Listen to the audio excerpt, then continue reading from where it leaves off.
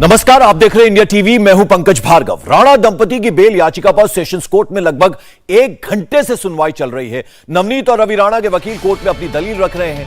वकील का कहना है कि हनुमान चालीसा पढ़ना हिंसा नहीं है। राजद्रोह की धारा सिर्फ राणा दंपति को फंसाने के लिए जोड़ी गई है।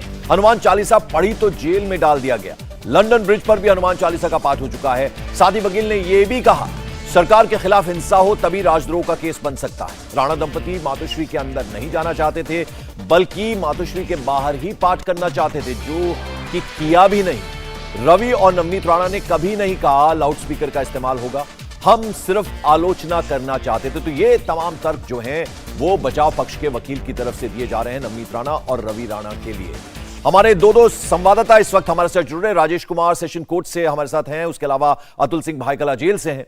राजेश, पहले आप ही के पास आना चाहूंगा। लगभग 1 घंटा हो गया है, क्या क्या दलीलें अभी तक जो बचाव पक्ष के वकील हैं उनकी तरफ से दी गई हैं?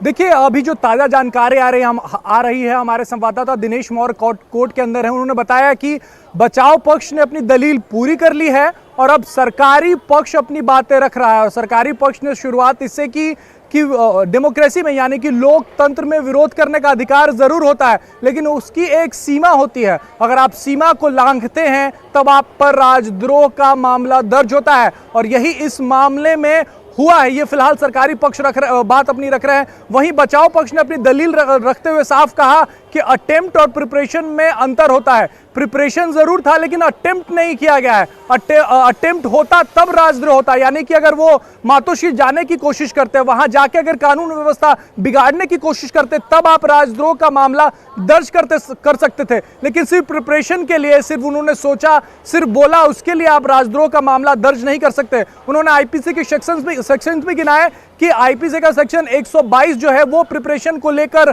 जरूर है, लेकिन वो भी देश के खिलाफ, waging war against the country को लेकर आप कुछ प्रिपरेशन करते तब आपकी गिरफ्तारी होती है। लेकिन इस मामले में ऐसा नहीं था। यही वजह है कि 124A जो है इस मामले में एप्लीकेबल नहीं है। वहीं उन्होंने धारा 376 का भी जिक्र किया, जो कि बलात्कार की धारा होती है कि अगर कोई शख्स अगर ये सोचता है, बलात्कार करने की सोचता है, तो उसको उस मामले में गिरफ्तार नहीं किया जाता। लेकिन अगर वो इस बलात्कार करता है तब उस पर 376 का चार्ज लगता है और तब उसकी गिरफ्तारी होती है। तो अलग अलग तरीके से अलग अलग कोर्ट्स के जजमेंट जो है वो रखकर बचाव पक्ष ने ये बताने की कोशिश की है कि इस मामले में धारा 124A जो है वो लगाना ठीक नहीं है, वो एप्लीकेबल नहीं है। वहीं सरकारी पक्ष जो है वो अपनी दलील अब रख रहा है। पंकज, बिल्कुल, तो जैसा कि राजेश बता रहे हैं, अभी अपने दर्शकों की जानकारी के लिए बता दें, पिछले 1 घंटे से सेशंस कोर्ट में, मुंबई की सेशंस कोर्ट में लगातार इस वक्त बहस चल रही है। दलीलें दी जा चुकी हैं बचाव पक्ष के वकील की तरफ से। अब सरकारी पक्ष के जो वकील हैं वो अपनी दलीलें वहां पर दे रहे हैं।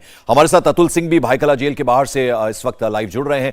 अतुल सिंह, अब जाहिर बात है सेशंस कोर्ट की तरफ निगाहें होंगी राणा दंपति की। क्या आज कोई किसी तरह की राहत मिलती है या फिर नहीं? क्या ताजा अपडेट आपके पास इस वक्त जहां पर आप मौजूद हैं वहां से? जी देखिए, अभी तो सबकी निगाहें सेशन कोर्ट पे भी लगी हुई हैं। जो राणा दंपति हैं उनमें से नवनीत राणा भायकला जेल में हैं। उनके हेल्थ को अगर देखा जाए तो हेल्थ को लेकर काफ़ी ज़्यादा कंसर्न है, न सिर्फ उन्हें बल्कि उनके परिवार वालों को। और जो उनके पक्ष के वकील हैं वो भी लगातार जो है अदालत को इस बारे में जानकारी दे रहे हैं कि नवनीत राणा की सेहत काफ़ी ज़्यादा ख़राब है। उनकी जो है शरीर में कई जगहों पर अकड़न आ गई है, उनके बैक में काफ़ी ज़्यादा पेन है। इसको लेकर 27 तारीख को कोर्ट ने एक ऑर्डर भी जो है जेल अथॉरिटी को भायकला के दिया था कि उनकी जांच कराई जाए। उसकी जांच कराने की अभी तक जो है जांच उनकी कराई नहीं गई है नवनीत राणा की, ऐसा उनके वकील का कहना है। और उसकी क्या रिपोर्ट है, क्योंकि साफ तौर पर क्योंकि जेल के अंदर भी जो डॉक्टर्स होते हैं वो उनके होते हैं, उनकी तरफ से भी कहा गया था कि इनकी सिटी स्कैन कराने की ज़रूरत है, लेकिन सिटी स्कैन भी अब तक उनका नहीं कराया गया है। तो सेहत को लेकर सबसे ज़्यादा कंसर्न है। आपको बता दें कि इस पूरे मामले में जहां बहस है धारा 124 जो लगाई गई है, सेक्शन 124A, अभी उसको लेकर बहस हो रही है। तो वहीं सरकारी वकील, जब हमने उनसे कल बात की थी तो उनका भी ये कहना था कि 124 सेक्शन जो है वो तो है ही है, साथ में उनके जब आगे जीरा सरकारी पक्ष की तरफ से बढ़ेगी तो ये भी एक मेन मुद्दा होगा कि ये दोनों नवनीत राणा और रवि राणा दोनों हैबिचुअल ऑफेंडर है, यानी कि लगातार ये लोग सरकार के खिलाफ हो या कानून के खिलाफ हो, इस तरीके के ये लोग ऑफेंस करते रहते हैं। और इसी का एक वजह है जिसकी वजह से रवि राणा के खिलाफ खिलाफ 17 मामले अकेले अमरावती में दर्ज है, तो वहीं नवनीत राणा के खिलाफ भी 6 मामले दर्ज हैं, जिसमें एक फर्जी जो है डॉक्यूमेंट्स के जरिए कास्ट सर्टिफिकेट बनाने का भी एक गंभीर मामला उनके खिलाफ है। तो ये कई सारे संगीन आरोप उनके ऊपर हैं। अभी सबसे बड़ा जो मुद्दा है राजद्रोह का, उसको लेकर बहस हो रही है, लेकिन जब सरकारी पक्ष आगे अपनी दलीलें रखना शुरू करेंगे तो ये सारे मामले भी जो है इस सारे मुद्दे पर भी चर्चा होगी। पंकज बिल्कुल। और राजेश, यहां बहुत ज्यादा इंटरेस्टिंग और थोड़ा हैरान करने वाली बात भी यह है कि 600 लोग जो हैं राणा दंपति के घर के नीचे पहुंच जाते हैं शिवसैनिक, और जबरदस्त वहां पर हल्ला बोल उनकी तरफ से होता है। और अगर लॉ एंड ऑर्डर को हाथ में लेने की बात है तो वो तो शिवसैनिकों ने वहां पर किया था, जिस तरह से हल्ला उन्होंने उस दिन वहां काटा, तो उन पर किसी तरह का एक्शन नहीं। क्या बचाव पक्ष, चूंकि 50 मिनट तक उन्होंने अपनी दलील रखी है सेशंस कोर्ट में, क्या उनकी तरफ से कि सरकार जो है जानबूझकर उन्हें फंसाना चाहती है, कुछ इस तरह से सरकार पर भी हमला बोला गया बचाव पक्ष की तरफ से, या सरकार का भी कहीं किसी तरह का नाम नहीं लिया गया? देखिए, ये जरूर कहा गया है कि आप मुझे अगर पसंद नहीं करते हैं और मैं मातोश्री के बाहर जाऊं तो आप मुझे गिरफ्तार कर लेंगे, आप मुझ पर देशद्रोह की धाराएं लगा देंगे, तो ये ठीक नहीं है। मातोश्री के बाहर कोई भी जा सकता है। वो ऑफिशियल रेसिडेंस नहीं है महाराष्ट्र के मुख्यमंत्री का, वो निजी आवास है और उसके सामने की जो सड़क है वो पब्लिक प्लेस है, वहां कोई भी जा सकता है और वहां पर हनुमान चालीसा हो या पढ़ सकता है या फिर टहल सकता है। क्या गेटवे ऑफ इंडिया के बाहर हनुमान चालीसा पढ़ने के लिए परमिशन लेने की जरूरत होती है? ये बात बचाव पक्ष ने बार बार कही और ये साफ कहा कि आप बतौर राजनीतिक विरोधी मुझे पसंद नहीं करते, इसका मतलब ये नहीं है कि मैं मातोश्री के बाहर जा नहीं सकता हूं। ये बात बचाव पक्ष की तरफ से कही गई है। साथ ही जिस बात का आप जिक्र कर रहे हैं कि शिवसैनिक वहां पहुंचे थे, इस बात का भी जिक्र बचाव पक्ष ने किया है। उनका साफ कहना है कि उन्होंने सिर्फ कहा था कि वो मातोश्री के बाहर जाएंगे, पुलिस चाहती तो उन्हें रोक सकती थी, सिविल तरीके से, व्यवस्थित तरीके से, कानूनी तरीके से उन्हें रोक सकती थी, लेकिन इसके बावजूद पुलिस नहीं आई। सरकार के समर्थक जो खुद को शिवसैनिक बता रहे थे वो 600 की संख्या में वहां पे पहुंचे, उन्होंने हड़कंप मचाया, उन्होंने वहां पर हल्ला बोल किया। उनके खिलाफ राजद्रोह लगाने के बजाय आपने हमारे ऊपर राजद्रोह लगाया और उनके ऊपर जो चार्जेस लगे, जो धाराएं लगी, उसमें उनको तुरंत बेल हो गई। यही बात बार बार बचाव पक्ष की तरफ से रखी गई है, कोर्ट में कही गई है। 50 मिनट तक आबाद पोंडा ने बहस की है और अब सरकारी पक्ष जो है वो ये दलील ले रहा है कि आखिर राणा दंपति को जेल में क्यों रखा जाना चाहिए। बिल्कुल अतुल, आपसे जरा 2 सवाल मैं करना चाहूंगा। बीजेपी हमने देखा था काफी एक्टिव नजर आ रही थी, देवेंद्र फडणवीस हो, ये तमाम जो वहां के महाराष्ट्र के बीजेपी के नेता हैं वो पक्ष में खड़े हुए नजर आ रहे थे। क्या अब उनकी तरफ से किसी तरह के रिएक्शंस मिल रहे हैं? और अभी तक सिर्फ अमरावती की सांसद थी नवनीत राणा और रवि राणा जो थे वहां के विधायक थे, लेकिन अब पूरा देश उनको जानता है, तो कहीं ना कहीं उनका कद जो है काफी बड़ा हुआ इस पूरे एपिसोड के बाद अगर देखा जाए।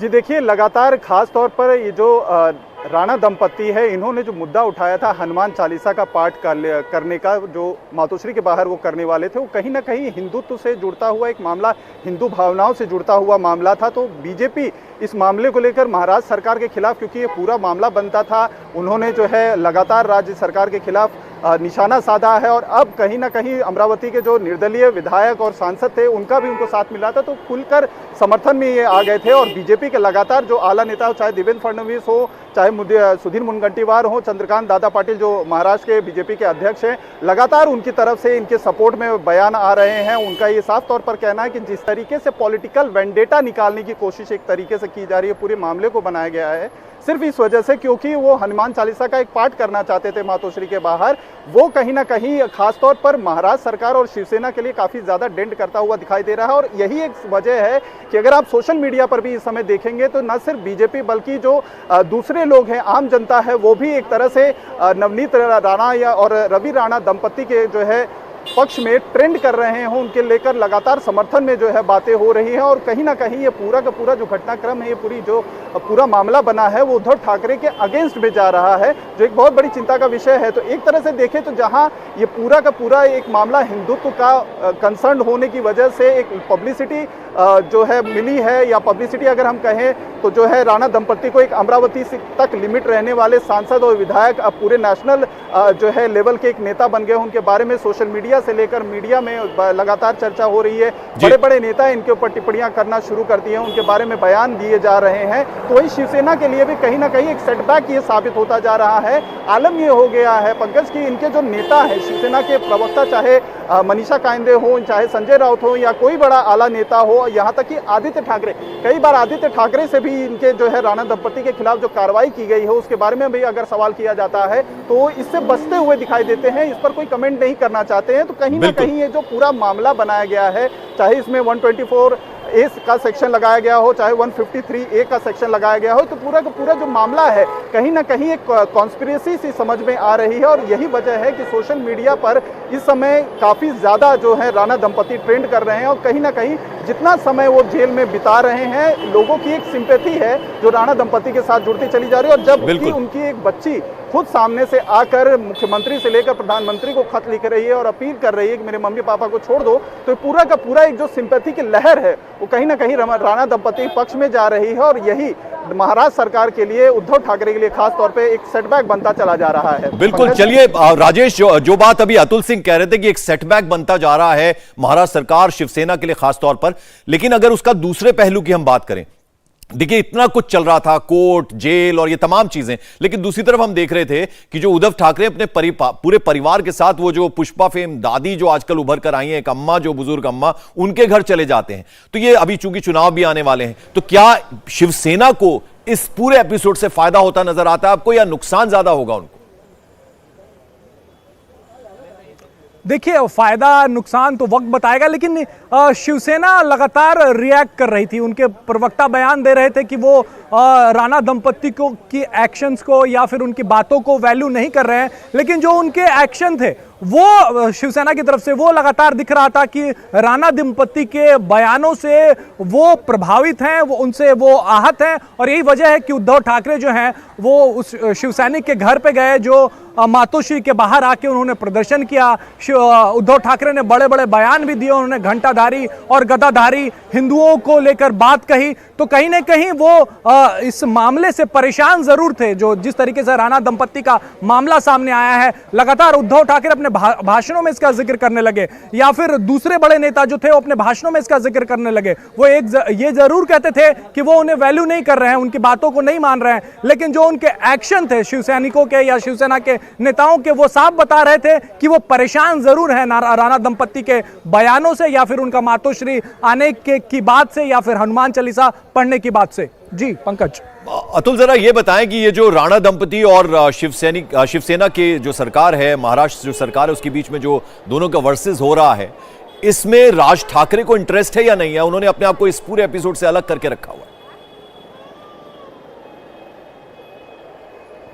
देखिए, राणा दंपति की जहां पे बात आती है, खासतौर पर क्योंकि उनका एक मुद्दा हनुमान चालीसा से, हिंदुत्व से जुड़ा हुआ है, तो इस समय राज ठाकरे के लिए हिंदुत्व का कोई भी मुद्दा हो, उसका कोई भी टॉपिक हो, उसके लिए उनका इंटरेस्ट बनता है। और इसको लेकर न सिर्फ राज ठाकरे की तरफ से टिप्पणी आई, उनके आला जो नेता हैं, चाहे वो संदीप देशपांडे हो, नितिन सरदेसाई हो, बालानंद गांवकर हो, इस तरीके के जो नेता हैं वो भी लगातार इनकी तरफ से टिप्पणी कर रहे हैं और पूरा खुलकर समर्थन कर रहे हैं। उनका ये कहना है कि हिंदुत्व से पूरी तरीके से उद्धव ठाकरे भटक गए हैं। हिंदू हृदय सम्राट जो बाला साहेब ठाकरे जिनको कहा जाता था, ये उनके बेटे थे, जिन्होंने अलख जगाई एक तरह से पूरे देश में हिंदुत्व का लेकर। उनके बेटे एनसीपी और कांग्रेस के साथ महाविकास अघाड़ी जो उन्होंने बनाई, वो कहीं ना कहीं मजबूर हो गए हैं। तो ऐसे में हिंदुत्व का लेकर एक हनुमान चालीसा का जो मुद्दा था, उसको उन्होंने पकड़ा और जो है राणा दंपति के पूरी तरीके से समर्थन में आए हैं। और यही एक वजह है कि ये न सिर्फ जो बीजेपी है उनको सपोर्ट मिल रहा है, महाराष्ट्र में एमएनएस का भी सपोर्ट सीधे सीधे राणा दंपति को मिल रहा है। राजीव और अतुल, आप दोनों नजर बनाए रखें। और जैसे कि राजीव और अतुल बता रहे हैं कि लगभग 50 मिनट हो गए हैं, 50 मिनट की दलील दी गई बचाव पक्ष की तरफ से, और अब जो है सरकारी पक्ष की तरफ से दलील दी जा रही है। जैसे ही कुछ अपडेट आता है, बेल मिलती है, राहत मिलती है, कुछ और फैसला आता है, हम आपको वापस लिए चलेंगे। फिलहाल आप दोनों का बहुत बहुत शुक्रिया। पंजाब के पटियाला में खालिस्तान विरोधी मार्च के दौरान हुई हिंसा में आज बड़ा अपडेट सामने आया है। हिंसा के वक्त का सीसीटीवी फुटेज सामने आया है। इसमें साफ देखा जा सकता है कि हिंसा पुलिस की मौजूदगी में ही हुई थी। और आज मेरठ में प्रशासन का बुलडोजर अवैध दुकानों पर भी चला और 2020 से बनाई जा रही 5 दुकानों को वहां गिरा दिया गया। अधिकारियों के मुताबिक बिना नक्शा पास किए हुए बनाई जा रही दुकानों का पहले भी चालान काटा गया था, सीलिंग की कार्रवाई भी की गई थी, लेकिन अवैध निर्माण का काम नहीं रोका गया। ऐसे में आज एडमिनिस्ट्रेशन ने सभी दुकानों को गिरा दिया। दुकानें जिस तरह से ध्वस्त की गई, उस दौरान शांति व्यवस्था बनाए रखने के लिए भारी पुलिस बल भी मौके पर मौजूद थी। आप तस्वीरों में देख सकते हैं किस तरह से वो 5 दुकानें जो हैं वो पूरी तरह से ढहा दी गई। बाकायदा इनको नोटिस दिया गया था, और लेकिन बावजूद इसके वहां पर अवैध निर्माण चलता रहा और फिर इस अतिक्रमण को आज बुलडोजर के द्वारा गिरा दिया। 5 दुकानों को पूरी तरह से ढहा दिया गया। आप तस्वीरें देख रहे हैं मेरठ में किस तरह से अवैध कब्जा जो किया गया था, अतिक्रमण जो किया गया था, 5 दुकानें इसमें थी, उनको पूरी तरह से गिरा दिया गया। कई बार नोटिस दिए गए थे लेकिन उसका कोई असर नहीं हुआ और फिर आखिरकार आज ध्वस्तीकरण की कार्रवाई हुई। ये 2020 में ये 5 दुकानों का निर्माण किया जा रहा था, जिस पर चालानी कार्रवाई की गई। उसके बाद इसे रुकवाने के लिए सीलिंग की कार्रवाई की गई, सील करके इसको अभिरक्षा में भी दिया गया, लेकिन ये निर्माण लगातार हो रहा था तो अब इसको ध्वस्तीकरण का आदेश पारित किया गया। पहले पुलिस फोर्स भी मांगी गई थी, जब नहीं मिली थी आज पुलिस फोर्स उपलब्ध हो गई तो इसको तोड़ दिया गया। कितनी दुकानें थी सर? ये 5 दुकानें थी। कारण क्या तक क्यों गिराई? का मतलब ये अनऑथराइज बनी हुई थी, बिना नक्शा पास किए हुए बनाई। कितने और इस तरह के चिन्हित हैं जो इस तरह के काफी चिन्हित हो रहे हैं, सब धीरे धीरे कर सभी चिन्हित किए जा रहे हैं। मध्य प्रदेश में अवैध कब्जों पर मामा का बुलडोजर फुल स्पीड में चल रहा है। आज टीकमगढ़ में अवैध निर्माण पर कड़ी कार्रवाई की गई और प्रशासन का बुलडोजर चला। एडमिनिस्ट्रेशन ने अवैध निर्माण गिराने से पहले नोटिस भी दिया था, जिसके बाद यह कार्रवाई की गई। आज हुई इस कार्रवाई में करीब 10 से 12 करोड़ रुपए की सरकार जमीन मुक्त कराई गई है। सरकारी जमीन जो है वो मुक्त कराई गई है। भूमि पे पहले से अतिक्रमण करके बनाई गई। नगर पालिका ने अपना अतिक्रमण का जो नोटिस है उनको दिया था और पूरी कागजी कार्रवाई करने के बाद आज सभी लोगों ने उसको जमीन बेच दिया। कितनी कीमत होगी सरकार की? मुझे लगता है कि 10 से 12 करोड़ करीब की कीमत की आगे भी और कार्रवाई की जाएगी सरकारी जमीनों पर? बिल्कुल करेंगे।